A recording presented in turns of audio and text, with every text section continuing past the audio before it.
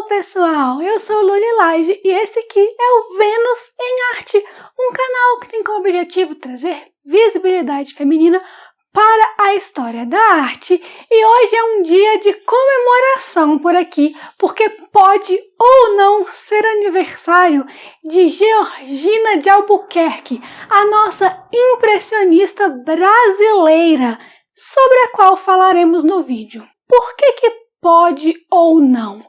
Porque em algumas referências eu achei que ela nasceu no dia 4 de fevereiro e em outras no dia 4 de maio. Todas essas referências são confiáveis. Então, enquanto eu não consigo achar um registro no cartório de Taubaté, se você aí tiver esse registro e quiser me fornecer, eu até agradeço.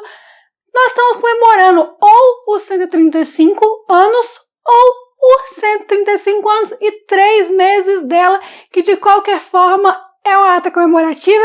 Parabéns, Georgina de Albuquerque, que vocês irão conhecer agora. Uma mulher de história super relevante para o Brasil de um modo geral.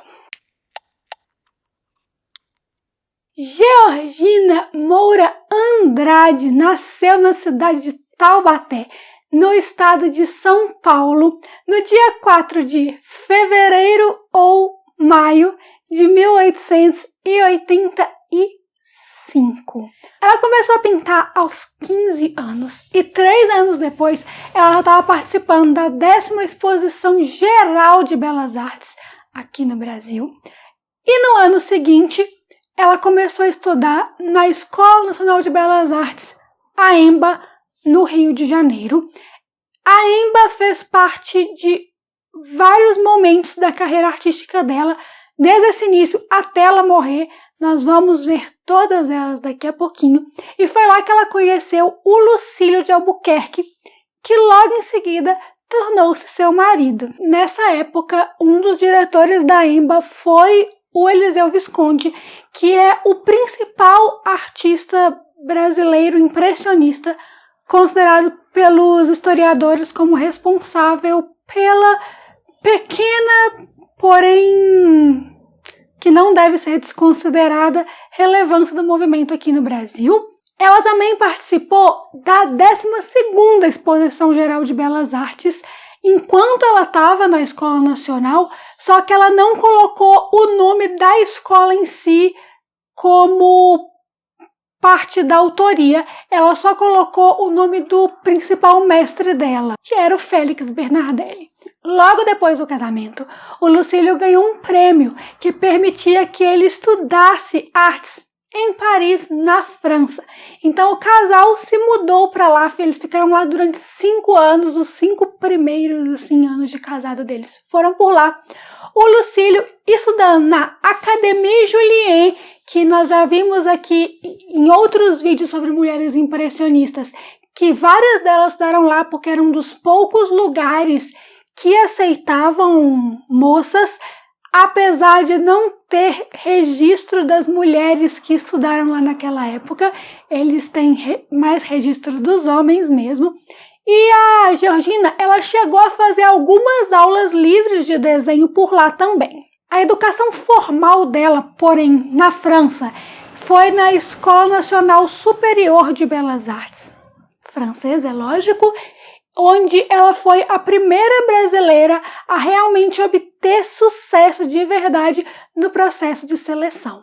E lá na França, quem ainda era bastante forte, apesar de já não estar no seu apogeu nesse início de século, era o movimento impressionista, que ali era onde as coisas mais aconteceram nesse movimento, era o bercinho deles. Então, alguns mestres dela eram adeptos ao movimento, ela teve contato com os impressionistas, assim, o trabalho deles, o que influenciou a Georgina muito fortemente. Vários especialistas e estudiosos de arte dizem que não podemos considerar a Georgina uma impressionista porque ela não seguia todos os métodos do movimento, acham que ela é mais eclética do que impressionista em si. E eu não sou uma especialista em arte ainda, apesar de estar perto, daqui a uns 4 meses, já serei, mas eu discordo um pouco. O impressionismo era um movimento que visava essa quebra com as normas fechadinhas, e é lógico que a obra dela não seria exatamente igual a deles, primeiramente porque ela era mulher e a gente já viu que elas não tinham as mesmas oportunidades, e em segundo lugar porque ela vivia num continente, num hemisfério, em tudo muito diferente do deles. Então talvez a gente deva dar uma pequena suavizada aí no rigor quando é uma vida tão diferente. O que importa é que por muito tempo na carreira dela, ela seguiu esses pequenas regras contra regras de representar o momento, de representar como a luz está incidindo e como ela desforma as coisas. A gente vê os borrõezinhos impressionistas nas obras dela. Então eu consideraria ela a nossa impressionista brasileira, e essa é a minha palavra, e aqui dentro do Vênus em Arte o que vale é a minha palavra, porém com pesquisa também. Apesar da bagagem principal da Georgina ser a pintura, principalmente pintura a óleo, enquanto ela estava em Paris, ela estudou muito desenho. Inclusive, foi lá que ela começou os estudos base de uma tese publicada por ela em 1940, muitos anos depois, em que ela tentava mostrar o quanto que o desenho de cada época pode dizer, o quanto ele pode mostrar a história da humanidade naquela época em que o desenho foi feito. É isso, um pouco de entender a arte como um registro histórico mesmo, o que é super válido. Inclusive, essa nossa percepção que a gente criou aqui, produzindo os vídeos, de que as mulheres e os homens impressionistas tinham temáticas diferentes na maioria das vezes, é um dos registros mesmo de como ainda era a diferença de gênero da época.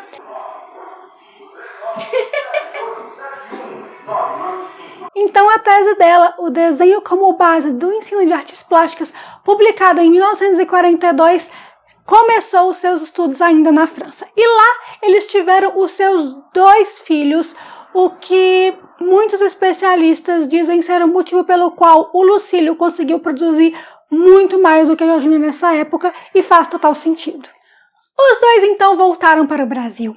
E em 1922, a Georgina produziu a obra-prima dela, que foi o que tornou ela essa figura histórica no nosso país. Normalmente eu mostro as obras no final e as outras eu vou mostrar, mas essa em si vai precisar ser intrometida aqui no vídeo. O nome dessa obra é Sessão do Conselho de Estado, e ela retrata a proclamação da independência do Brasil.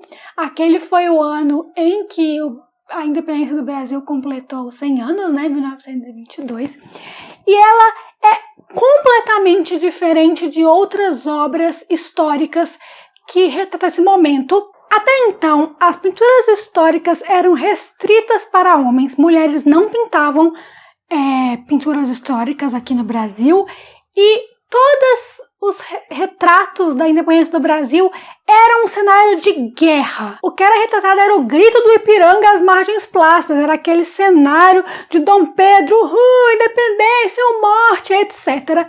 E essa obra é completamente diferente. Ela se passa num lugar fechado, é um conselho do Estado mesmo, é a questão burocrática da proclamação da independência, com a figura central sendo a princesa Leopoldina, que tornou-se em seguida imperatriz, uma vez que o marido dela se tornou o primeiro imperador do Brasil.